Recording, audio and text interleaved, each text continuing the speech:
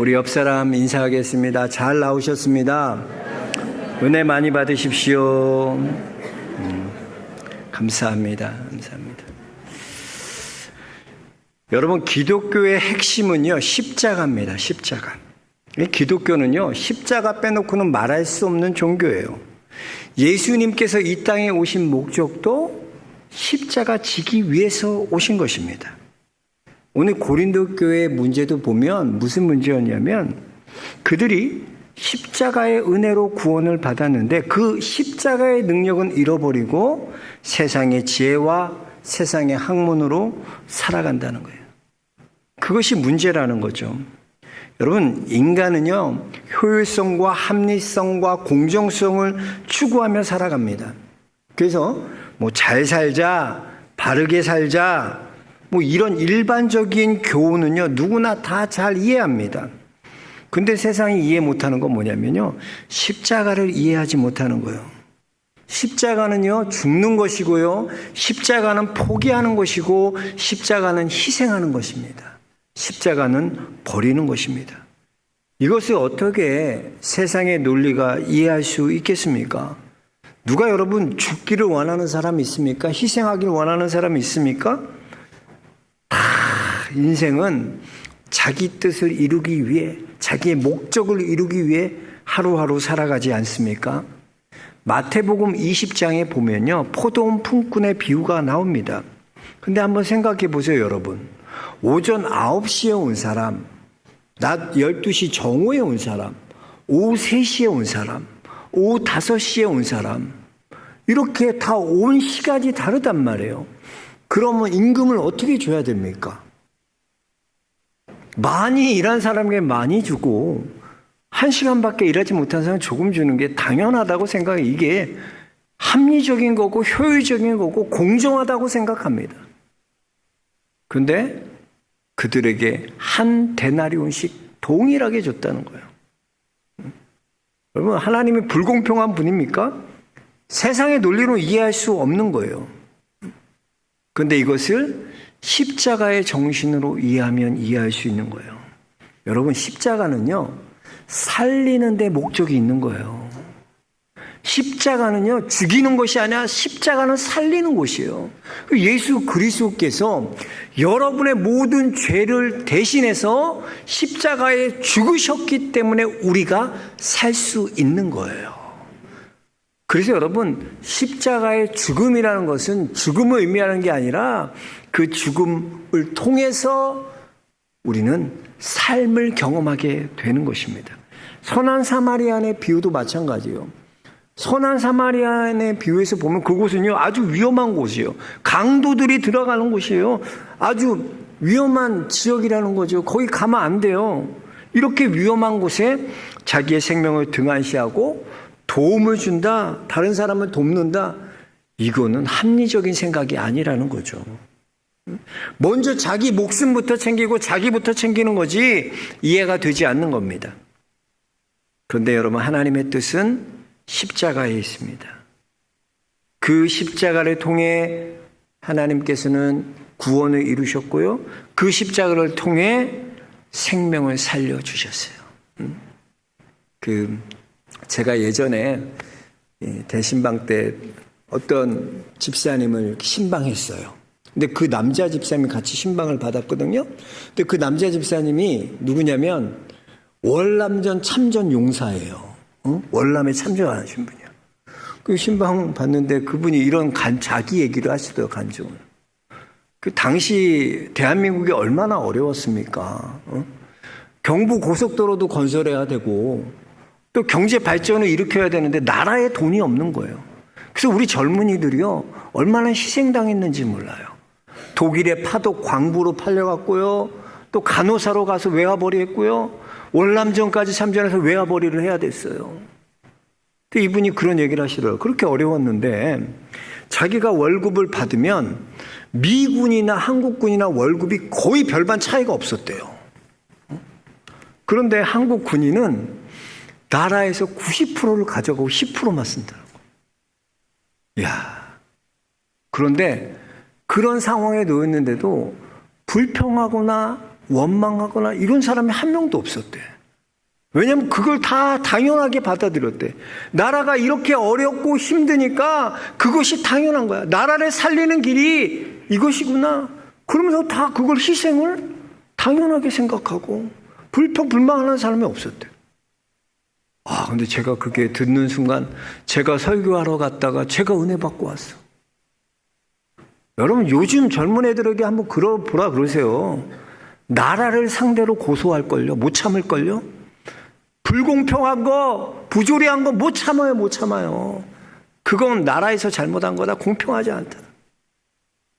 여러분, 우리나라가 이만큼 여기까지 된 것은요, 그런 십자가 지시는 분들이 있었기 때문에 이 대한민국이 여기까지 온 줄로 믿습니다. 누군가 나라를 위해서 희생하고요, 내 것을 포기하고 나라를 위해 목숨을 건 사람들이 있었기 때문에 여러분, 우리 대한민국이 여기까지 올 수 있었다는 거예요. 그럼 십자가는 그런 거예요. 우리 모두는 다 죄인이기 때문에 당연히 죽을 수밖에 없습니다.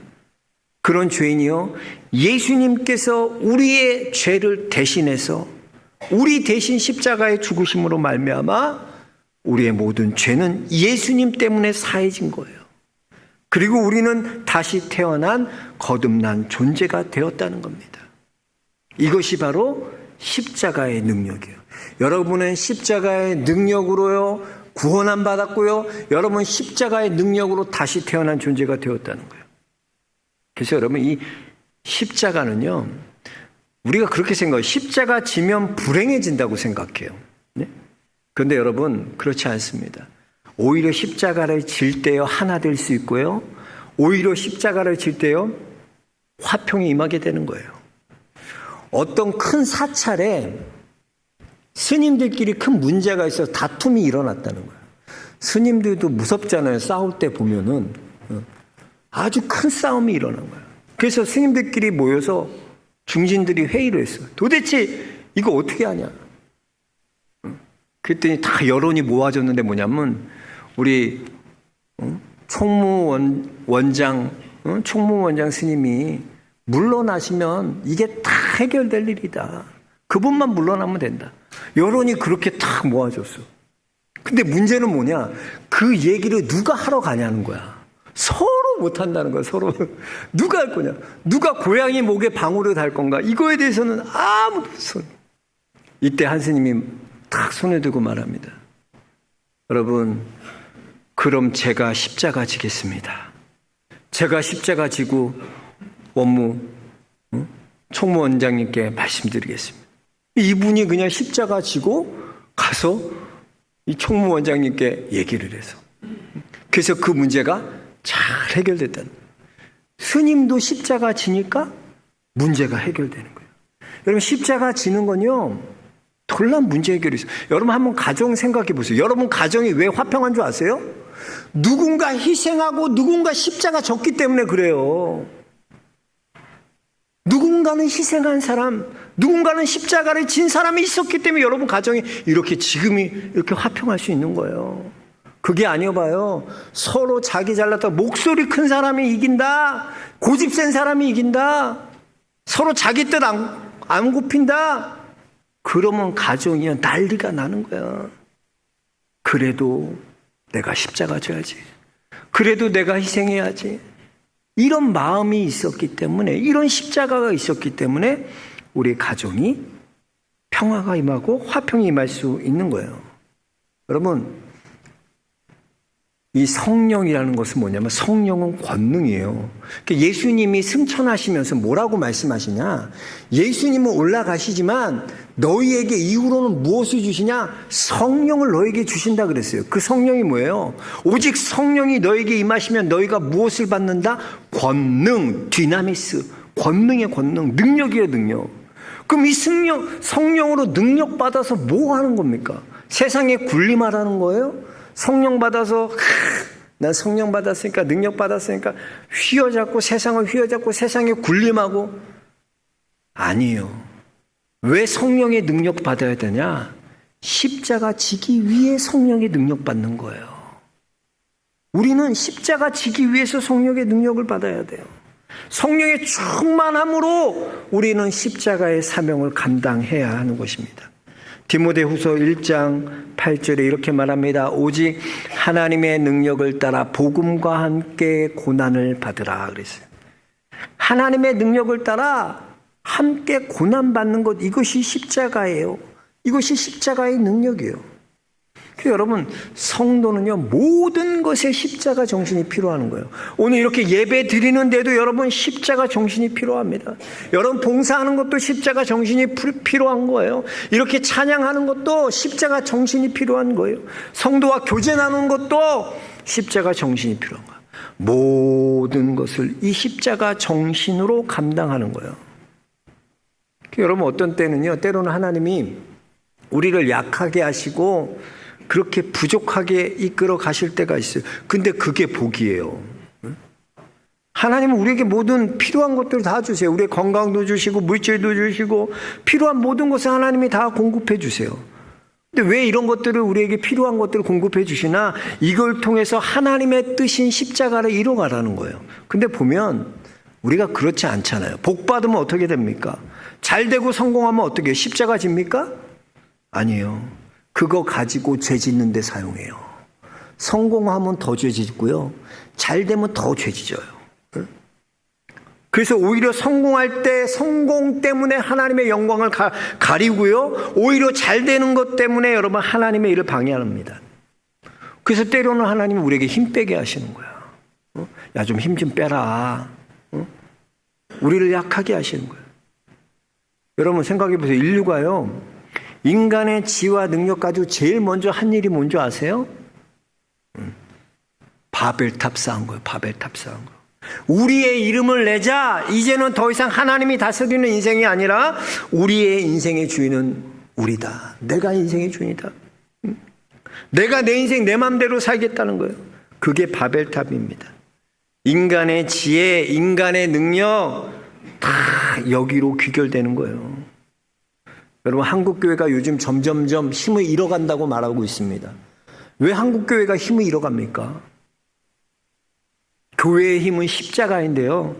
이 십자가의 힘은 점점점 약화시키고 눈에 보여지는 세상적인 권세, 세상적인 힘만을 키우려 하기 때문이에요. 교회는 여러분 십자가가 힘인 곳이 돼야 돼요. 십자가가 능력이 되는 곳이 교회입니다. 마태복음 5장에 보면요, 너희는 세상의 소금이니 그랬어요. 우리 누군가, 우리는 세상의 소금이라고 성경은 분명히 말하고 있어요. 그렇다면 여러분, 소금이라는 것이 무엇일까요? 보통 우리가 세상에서 소금이 되라는 말을 들을 때는요, 다 다르게 생각합니다. 왜냐하면 소금에 대해서 이해하는 것이 다르기 때문이에요. 우선 성경의 메시지보다는 우리는 소금의 특성에 관한 그런 일반 상식으로 이 말씀을 이해합니다. 그래서 소금은 부패를 방지한다. 그래서 깨끗하게 살자, 바르게 살자. 또 소금은 맛을 내지 않습니까? 그러니까 조미료 역할처럼 맛을 내는 거니까 이 세상을 살맛나게 하고 또 좋은 영향력을 끼치며 살자. 이 정도로 소금이 되라는 메시지를 이해하니까 이게 소금이 되라라는 메시지가 별로 부담스럽지 않은 거예요.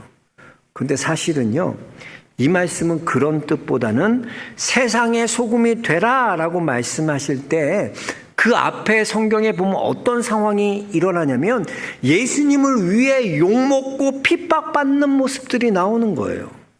즉 소금은 뭐와 관계되나? 박해와 연관되어 있다는 거예요. 그렇다면 소금과 박해가 무슨 연관이 되나? 이 소금은요, 제사 때 꼭 이 소금을 넣습니다. 제사와 연관되어 있는데 구약에 보면 제사 중에 소제라는 제사가 있어요. 근데 이 소제 드릴 때는 반드시 소금을 쳐야 돼요. 왜 제물에 소금을 넣어야 되나? 소금은 변함이 없기 때문이에요. 소금은요, 녹든지 얼리든지 끓든지 특성이 바뀌지 않습니다. 소금은 변함이 없어요. 그래서 변함없는 언약을 소금 언약이라고 하지 않습니까? 그러므로 소금이 되라는 것은요, 너희가 예수 그리스도 위에 박해를 받고 어려움을 당하고 고난을 당하고 억울한 일을 당하도 변함없는 자가 되라는 거예요. 그리고 이렇게 변함없는 자가 되기 위해서, 그런 소금이 되기 위해서는 자기를 부인하고 자기 십자가를 지는 것이 필요한 것입니다. 그래서 누가복음 9장 23절에 이렇게 말하고 있습니다. 또 무리에게 이르시되 아무든지 나를 따라오려거든 자기를 부인하고 날마다 제 십자가를 지고 나를 따를 것이니라 그랬어요. 즉 소금이 되라는 것은 뭐냐? 십자가 지라는 거예요. 내가 자꾸 살려고 하니까 여러분 삶이 변질되는 거예요. 내가 자꾸 살려고 하니까 내 목적과 내 뜻을 이루기 위해서는 자꾸 변신해야 되는 거예요. 십자가 지는 인생은 변하지 않습니다. 변질되지 않아요.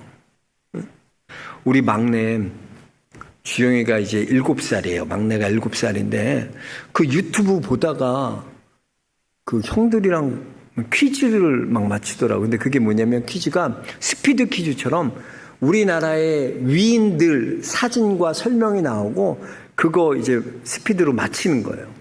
근데 7살짜리가 딱 2명, 우리나라 위인 2명 알더라고요. 한 명은 5만 원짜리에 그려진 신사임당은 기가 막히게 알더라고. 아, 얘가 벌써부터 신사임당. 또 한 명은 누구냐면 이순신은 제가 알더라고요. 이순신. 그러면서 살고자 하면 죽을 것이요, 죽고자 하면 살 것이니. 그러면서 이순신. 그게 애한테는 굉장히 임팩트 있었나 봐요. 살고자 하면 죽을 것이요, 죽고자 하면 살 것이니. 여러분 그래요.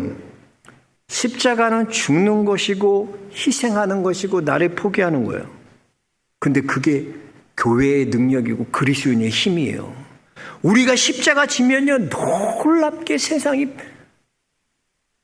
아무도 세상에 십자가 지려고 하지 않아. 근데 그 십자가를 우리가 지는 거예요.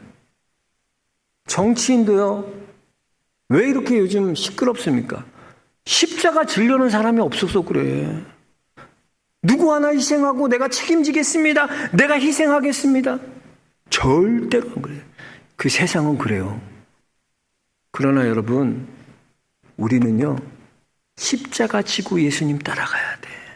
그게 우리의 능력이고 우리의 힘이야. 세상을 바꿀 수 있는 힘 어디 있나? 내가 십자가 안 지려고 하면 우리도 세상과 똑같은 자 되는 거예요. 살고자 하면 죽을 것이요, 죽고자 하면 살 것이니. 여러분, 저는 우리 영락의 성도님들이 정말 그리스도인 됐으면 좋겠어요. 십자가 지는 그리스도인이 되시길 축복합니다. 그 십자가의 능력을 체험해야 돼요. 우리 마지막 18절 말씀, 오늘 본문 말씀 한번 마지막으로 같이 다시 읽어보겠습니다. 십자가의 도가 멸망하는 자들에게는 미련한 곳이요 구원을 받는 우리에게는 하나님의 능력이라. 십자가의 도가 멸망하는 자들에게는 미련한 것처럼 느껴져요. 그러나 구원을 받는 우리에게는 십자가는 하나님의 능력입니다. 이 능력을 경험할 수 있는 믿음의 성도들 되시기 바랍니다. 여러분이 정말 그리스도인 되세요. 십자가 지는 그리스도인들 되시길 축복합니다. 여기에 모인 처음 교회 나온 우리 잠정적 우리 교인들도 여러분 그래요. 그리스도인 된다는 거 여러분 십자가 지는 거예요. 근데 그 십자가의 능력을 통해 하나님께서는 이 세상을 바꾸시고요, 십자가를 통해서 하나님께서는 이 세상을 구원하시는 거예요. 그 구원의 놀라운 사역에 우리 성도들이 동참하고 또 여기 모인 모든 성도님들이 그 십자가를 경험하고 영접하고 받아들이고 그 십자가로 살아갈 수 있는 귀한 믿음의 길 걸어가시길 주의 이름으로 축원합니다. 하나님 감사합니다. 감사합니다. 오늘 주의 말씀을 통하여 깨닫게 하심에 감사합니다. 우리에게 주신 그 십자가의 길, 그 십자가 걷는 길 기쁨으로 감당할 수 있는 우리가 되게 하여 주옵소서.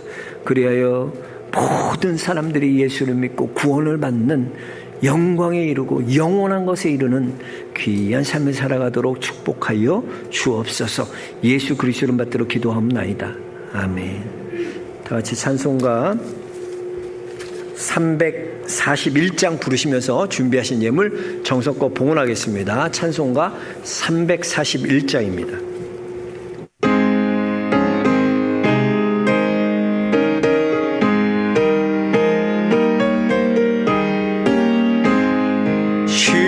십자가를 내가 지고 주를 따라갑니다.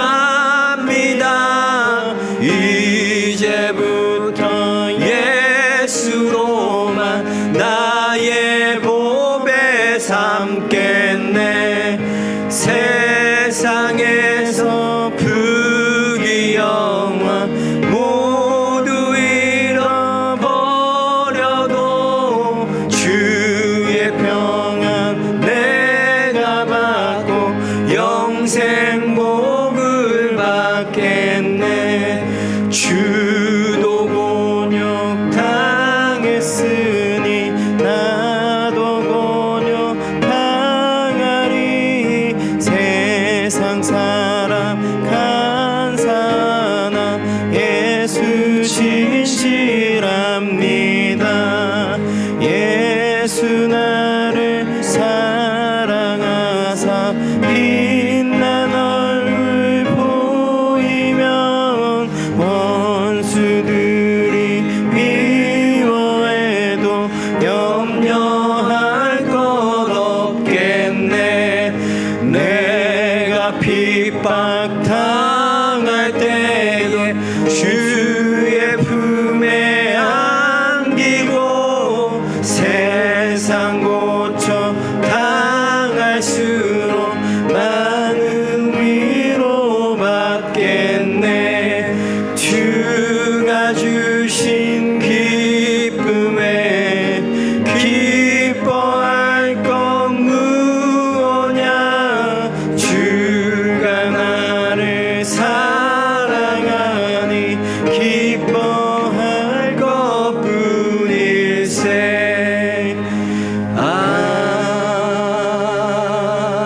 아멘. 우리에게 향하신 여호와의 인자하심이 크고 크도다. 크시도다. 크고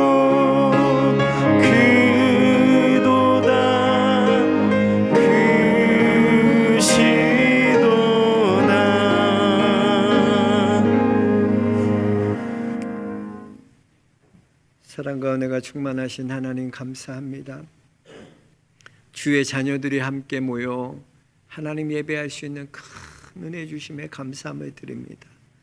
주님, 우리가 주님을 따라가는 자로서 십자가 지는 자들이 되어야 되는데 그것이 우리의 능력인데 주님, 우리가 십자가 지를 외면하고